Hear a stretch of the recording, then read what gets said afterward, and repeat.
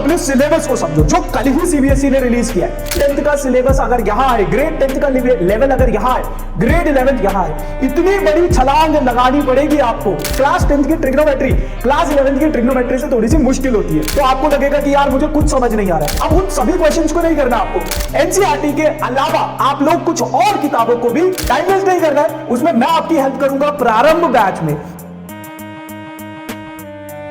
Class 10th खत्म होने के बाद अब आप लोगों के मन में सबसे पहला सवाल यह होगा कि यार जो स्ट्रीम मैंने लिए हैं, जो सब्जेक्ट्स मैंने लिए हैं, उन सब्जेक्ट्स का सिलेबस क्या है। तो यार आज के इस सेशन में मैं आप लोगों को बताने वाला हूं कि जो आप लोगों का मैथ्स का सिलेबस है 2025-26 का, कल ही सीबीएसई ने यह सिलेबस रिलीज किया है और इस सिलेबस को डेप्थ में इसका पोस्टमार्टम करने वाले, क्योंकि यहां पे मैं आपको बताऊंगा कि पूरा का पूरा सिलेबस क्या है, कितनी यूनिट्स है, कितने मार्क्स की यूनिट्स है, कौन सा चैप्टर इंपॉर्टेंट है, ना सिर्फ आप लोगों के एग्जामिनेशन पॉइंट ऑफ व्यू से, आपके competitive examination point of view से भी कौन से चैप्टर्स इंपॉर्टेंट हैं, कौन से चैप्टर्स आप ग्रेड 10th में थोड़ा थोड़ा पढ़ चुके हो, कौन से चैप्टर्स आप लोग ग्रेड 12th में भी पढ़ोगे। तो आज का ये जो सेशन है आप लोगों के लिए बहुत ज्यादा इंपॉर्टेंट होने वाला है, क्योंकि अगर आप अपनी जर्नी की शुरुआत करना चाहते हो तो उससे पहले आप लोगों को यह पता होना चाहिए कि जो चीजें मैं पढ़ने वाला हूं, जो जो चैप्टर्स मैं पढ़ने वाला हूं, उन सभी चैप्टर्स में क्या कुछ है, कितना इंपॉर्टेंट है और कितने मार्क्स का है। तो चलिए करते हैं आज के इस सेशन की शुरुआत, लेकिन उससे पहले हेलो हाय नमस्ते आदाब सत श्री अकाल, की हाल चाल। मेरा नाम है कुलदीप भंडारी और मैं स्वागत करता हूं आपका नेक्स्ट टॉपर्स के इस अमेजिंग से प्लेटफॉर्म पे, जहां पे हम बनाते हैं देश का भविष्य। तो यार सबसे पहले अगर मैं बात करूं कि आप लोगों की जो किताब है, कौन सी किताब आप लोगों के स्कूल वाले फॉलो करते हैं, तो जैसे कि अभी तक 10th तक की कहानी थी, वही कहानी ग्रेड 11th में भी है। सबसे पहले आप लोगों के पास जो बुक है आप लोगों की, वो है आप लोगों की एनसीईआरटी। एनसीईआरटी हर एक स्कूल में लगेगी आपकी, चाहे आप कोई से भी स्कूल में हो, अगर वो सीबीएसई एफिलिएटेड स्कूल है तो वहां पे आपको एनसीईआरटी से जरूर पढ़ाया जाएगा। एनसीईआरटी के अलावा आप लोग कुछ और किताबों को भी गो थ्रू कर सकते हो। जैसे सबसे पहला नाम आता है जिसे सीबीएसई भी रिकमेंड करता है, वो है आपका एनसीईआरटी एग्जाम्पलर। एनसीईआरटी एग्जाम्पलर में एनसीईआरटी से थोड़े से एडवांस लेवल के क्वेश्चंस होते हैं, उसको आप गो थ्रू कर सकते हो अगर आप एनसीईआरटी। लेकिन ग्रेड 11 में सबसे पहले यही होता है यार, ये खत्म हो जाए वही बहुत बड़ी बात है। तो अगर आप लोग ये खत्म कर सकते हो या कर लोगे तो इसके बाद आप लोग एनसीईआरटी एग्जाम्पलर यूज कर सकते हो, और उसके बाद अगर वो भी खत्म हो जाए या कुछ और एडवांस में नंबर ऑफ क्वेश्चंस ज्यादा करने हैं तो आरडी शर्मा भी आप यूज कर सकते हो। लेकिन बहुत बार बच्चों के पास ही होता है यार, एक किताब खरीद लेते हैं लेकिन बाकी के किताबों से, जैसे अगर मैं आरडी शर्मा की बात करूं, बहुत सारे क्वेश्चंस होंगे। अब उन सभी क्वेश्चंस को नहीं करना आपको सिर्फ कुछ इंपॉर्टेंट क्वेश्चंस को करना है, कुछ ऐसे क्वेश्चंस को करना है जिस क्वेश्चन में नया कॉन्सेप्ट हो। तो वो सारी की सारी चीजें ढूंढने में ना आपका बहुत ज्यादा टाइम वेस्ट हो जाएगा। टाइम वेस्ट नहीं करना है, उसमें मैं आपकी हेल्प करूंगा प्रारंभ बैच में, जिसमें आप लोगों के सभी, चाहे वो एनसीईआरटी हो, एग्जाम्पलर हो या आरडी शर्मा हो, सभी किताबों के जो भी इंपॉर्टेंट क्वेश्चंस होंगे वो प्रारंभ बैच में मैं आपको करवाऊंगा। बाकी प्रारंभ बैच के बारे में डिटेल में अभी थोड़ी देर में चीजों के ऊपर डिस्कस करेंगे कि कैसे आप एनरोल कर सकते हो, क्या कुछ चीजें कर सकते हो। लेकिन सबसे पहले अब आप अपने सिलेबस को समझो जो कल ही सीबीएसई ने रिलीज किया है।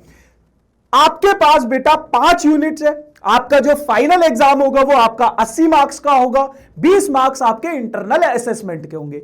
अब ग्रेड 11th के ये जो 20 मार्क्स रहते हैं ना आप लोगों के पास, ये स्कूल के टीचर्स आपको देते हैं। आपका बिहेवियर अच्छा है अगर टीचर्स के साथ, आपको अच्छे मार्क्स मिलेंगे। आपने टाइम पे होमवर्क किया है, या फिर आपके यूनिट टेस्ट या फिर मिड टर्म एग्जाम्स जो होते हैं आपके, अगर आपका उनमें परफॉर्मेंस अच्छा है तो यहां पे आपको दिक्कत नहीं होगी, ये आप लोग मैनेज कर लोगे, ये आप लोग 20 मार्क्स मैनेज कर लोगे। 80 मार्क्स कैसे मैनेज करना है उस पर बात करेंगे। सबसे पहली यूनिट आपको, आप लोगों के पास सेट्स एंड फंक्शन।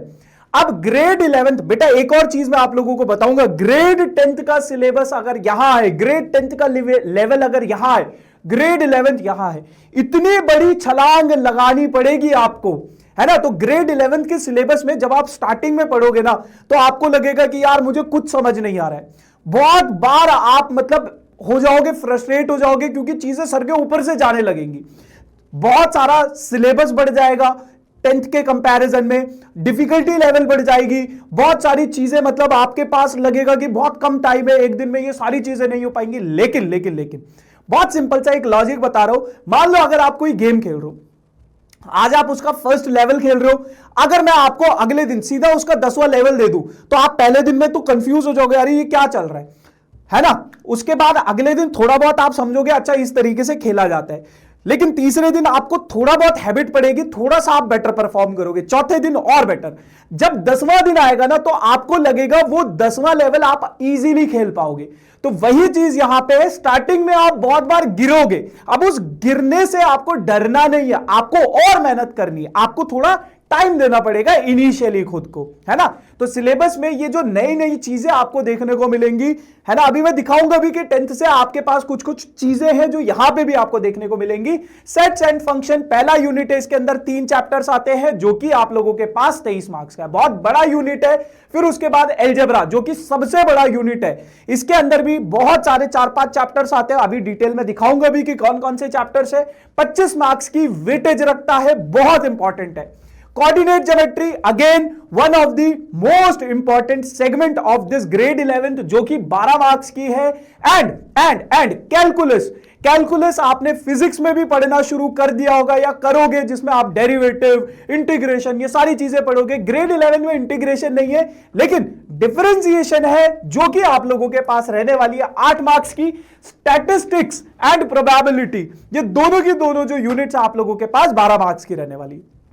ये सिलेबस का एक आप लोगों के पास ओवरव्यू। अब अगर मैं आप लोगों को बताऊं कि आपको कुछ भी चीजें ये कैसे करेंगे, कैसे होगा, कैसे नहीं होगा, इन चीजों के बारे में सोचने की जरूरत नहीं है, क्योंकि ग्रेड 11th का one of the most affordable and one of the most best batch पूरे के पूरे मार्केट में, दैट इज योर प्रारंभ बैच, जिसमें आप लोगों के ये सारे के सारे टीचर्स आप लोगों को पढ़ाने वाले, मैं और शोभित सर दोनों मिलकर आप लोगों को मैथ्स पढ़ाएंगे, Ravi sir and Prashant sir physics पढ़ाने वाले हैं, वैसे ही तापुर मैम केमिस्ट्री पढ़ाएंगी, अपेक्षा मैम बायो पढ़ाएंगी। अगर आपके मन में कोई भी डाउट हो इस बैच में कैसे पढ़ाएंगे, टीचर्स कैसे होंगे, क्या होंगे, हमारे एक एक लेक्चर्स देख लेना, इसी चैनल पे आपको सारे डाउट्स क्लियर हो जाएंगे, आपको पता चल जाएगा बैच लेना है या नहीं।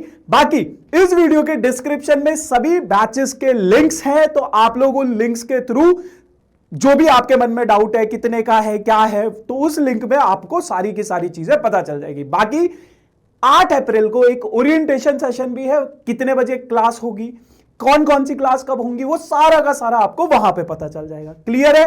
तो वीडियो के डिस्क्रिप्शन में लिंक है, उसको आप गो थ्रू कर लेना। उसके बाद अगर मैं बात करूं चैप्टर्स की कि कौन कौन से भैया चैप्टर्स आपके पास, सबसे पहला चैप्टर है sets, relation and function and trigonometric function. ये 3 चैप्टर्स आपके यूनिट 1 के अंदर आते हैं। अब इनमें सबसे ज्यादा इंपॉर्टेंट चैप्टर है सेट्स। सेट्स के जैसा आप लोगों के पास है रिलेशन एंड फंक्शन। ट्रिग्नोमेट्री आप 10th ग्रेड में यूज कर चुके हो, उसी के ऊपर फॉर्मूला बेस्ड चैप्टर है पूरा का पूरा ट्रिग्नोमेट्री। क्लास 10th की ट्रिग्नोमेट्री क्लास 11th की ट्रिग्नोमेट्री से थोड़ी सी मुश्किल होती है। क्यों मुश्किल होती है? क्योंकि 10th में आप पहली बार ट्रिग्नोमेट्री पढ़ते हो तो वहां पे थोड़ा सा डर लगता है, बट यहां पे अब आप ट्रिग्नोमेट्री वर्ड सुन चुके हो, पता है कि साइन थीटा कॉस थीटा क्या होता है, बस उसी को थोड़ा सा एडवांस वर्जन आ जाता है, तो ये उतना मुश्किल चैप्टर नहीं होगा। फॉर्मूला याद है, चीजें इजीली हो जाएंगी। कॉम्प्लेक्स नंबर क्लास 10th में क्वाड्रेटिक इक्वेशन पढ़ा था, उसी का एडवांस वर्जन थोड़ा सा है कॉम्प्लेक्स नंबर। ये आप लोगों का लीनियर इनइक्वालिटी सबसे खत्म चैप्टर है पूरी के पूरी 11th ग्रेड में। ये चैप्टर और ये चैप्टर 1 घंटे के चैप्टर है, 1 घंटा तो दोनों चैप्टर्स में पढ़ जाएंगे। Permutation and combination one of the most important chapter, जो कि आप लोगों के पास ग्रेड 11th में तो है, ग्रेड 12th में भी होगा, और कोई भी कॉम्पिटिटिव एग्जाम में बैठ जाओ वहां पे आपको इस चैप्टर के क्वेश्चंस कूट कूट के एग्जामिनर देता है। बाइनोमियल थ्योरम उतना इंपॉर्टेंट नहीं है, फॉर्मूला बेस्ड चैप्टर है, चीजें इजीली आप लोग कर लोगे। Sequence and series again AP आपने पढ़ा था ना 10th में, अब इसमें एक और चीज आ जाती है जीपी, बस वही चीजें, फॉर्मूला बेस्ड चैप्टर है, उतना मुश्किल नहीं होगा, क्वेश्चंस की बस प्रैक्टिस करनी है। स्ट्रेट लाइन कोनिक सेक्शन, ये 2 चैप्टर्स बहुत ज्यादा इंपॉर्टेंट है competitive examination point of view से भी, और आपके 11th में भी है और 12th में भी इनका यूज है। तो मेक श्योर कि ये 2 चैप्टर्स आप लोग अच्छे से प्रिपेयर करना।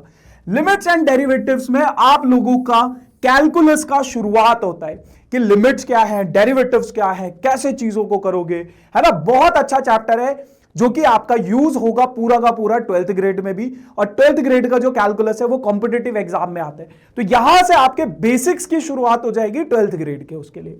फिर स्टैटिस्टिक्स फॉर्मूला बेस्ड चैप्टर है, उतना दिक्कत नहीं देगा।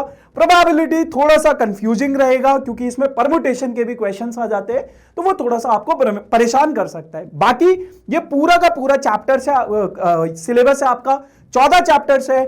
सभी के सभी चैप्टर्स आप लोग इजीली प्रिपेयर कर सकते हो प्रारंभ बैच में, जिसका लिंक डिस्क्रिप्शन में। तो yes guys, this is all about for this session. ये सारे के सारे चैप्टर्स थे आज का, मतलब जो भी आपका सीबीएसई ने ये रिलीज किया है, क्या सिलेबस रिलीज किया है ना, तो ये सारे के सारे चैप्टर्स आपके ग्रेड 11th में रहने वाले। बाकी थैंक यू सो मच। एक चीज मुझे कमेंट सेक्शन में जरूर बताना कि आप लोगों ने ग्रेड 11th की पढ़ाई शुरू कर दी है या नहीं करी है, ठीक है जी। So thank you so much, tata bye bye.